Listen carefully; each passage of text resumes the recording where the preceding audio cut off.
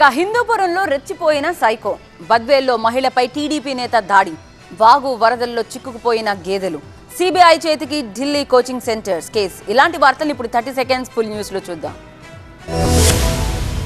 శ్రీ సత్యసాయి జిల్లాలో దారుణం చోటు చేసుకుంది. హిందూపురం మండలం తుమ్మకొంటలో గంగాధర్ అనే సైకో రెచ్చిపోయాడు. అభంశుభం ఎరుగని చిన్నారని వరుసకు పెదనాన్న అయిన వ్యక్తి దారుణంగా కొట్టి చంపి పెన్నా నది ఇసుకమెట్టలో పూడ్చిపెట్టడం ఇప్పుడు అందరినీ కలిసివేసింది. పరిగి మండలం బీచిగానిపల్లి గ్రామానికి చెందిన నాగేంద్ర, మంజుల దంపతులు 7 ఏళ్ల తమ కుమార్తెను తీసుకుని స్థానికంగా జరిగే సత్యమ్మ జాతరకు వెళ్లారు. దాంతో చిన్నారికి మాయమాటలు చెప్పి గ్రామ సమీపంలోని పెన్నా నదికి తీసుకెళ్లి హత్య చేయడంతో గ్రామంలో విషాదం నెలకొంది. సమాచారం అందుకున్న పోలీసులు నిందితులను అరెస్ట్ చేశారు. గంగాధర్ గతంలోనూ 2 మహిళల హత్య కేసులోనూ ప్రధాన నిందితుడిగా ఉన్నాడు. కడప జిల్లా బద్వేల్ నియోజకవర్గంలో ఓ టీడీపీ నేత రెచ్చిపోయాడు. బద్వేల్ పరిధిలోని సి కొత్తపల్లిలో దౌర్జన్యానికి పాల్పడ్డాడు. ప్రభుత్వ స్థలంలో గుడిసెలు వేసుకుని జీవిస్తున్న కొందరు ప్రజలపై దాడి చేయడం కలకలం రేపింది. సి కొత్తపల్లిలో ప్రభుత్వ భూమిలో కమ్యూనిస్టుల ఆధ్వర్యంలో గతంలో గుడిసెలు వేసుకున్నారు కొందరు పేదలు. అయితే ఆ భూమి తందంటూ గుడిసెలను ధ్వంసం చేసి మహిళలపై దాడికి దిగారు బద్వేల్ మండల టీడీపీ నేత రామచందర్ రెడ్డి. మహిళ జుట్టు పట్టుకుని కొట్టడంతో పాటు గొంతు పట్టుకుని విసిరి కొట్టేందుకు ప్రయత్నించాడు. అడ్డుకునేందుకు వచ్చిన మరికొందరిపైన దాడికి దిగారు రామచందర్ రెడ్డి అండ్ కో. 2 వర్గాల మధ్య వాగ్వాదం జరగడంతో తీవ్ర ఉద్రిక్తత నెలకొంది.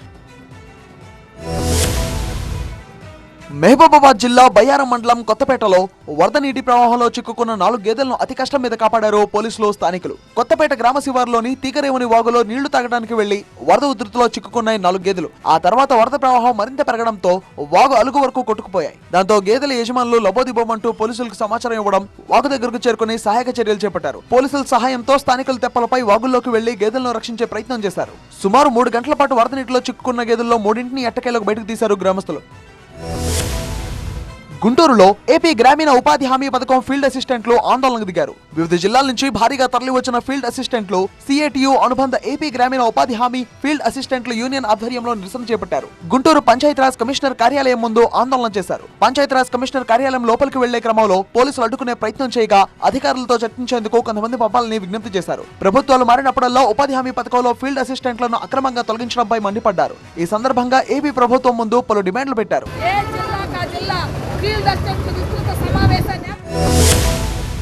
లోన్ యాప్స్, ఆన్లైన్ జాబ్ ద్వారా సైబర్ క్రైమ్ల నేరాలు పెరుగుతుండటంతో కేంద్రం అలర్ట్ అయింది. సైబర్ క్రైమ్ కేటుగాళ్ల ఆగడాలకు చెక్ పెట్టేందుకు చర్యలు తీసుకుంటోంది. ప్రధానంగా చైనా కంపెనీ యాపిల్ ద్వారానే మోసాలు ఎక్కువగా జరుగుతుండటంతో మరోసారి ఉక్కుపాదం మోపింది కేంద్రం. గతంలో కొన్ని వందల చైనా యాప్స్ ను, ఆన్లైన్ గేమ్స్ ను బ్యాన్ చేసిన కేంద్రం ఇప్పుడు మళ్లీ ఆ యాప్స్ పై ఫోకస్ పెట్టింది. దానిలో భాగంగా దేశంలోని 17 రాష్ట్రాల్లో దాదాపు 400కు పైగా చైనా కంపెనీల గుర్తింపులను రద్దు చేసేందుకు కేంద్ర కార్పొరేట్ వ్యవహారాల మంత్రిత్వ శాఖ నిర్ణయించింది. లోన్ యాప్స్ పేరుతో చైనా కంపెనీలు కొన్ని వేల కోట్లు దోచినట్టు గుర్తించింది.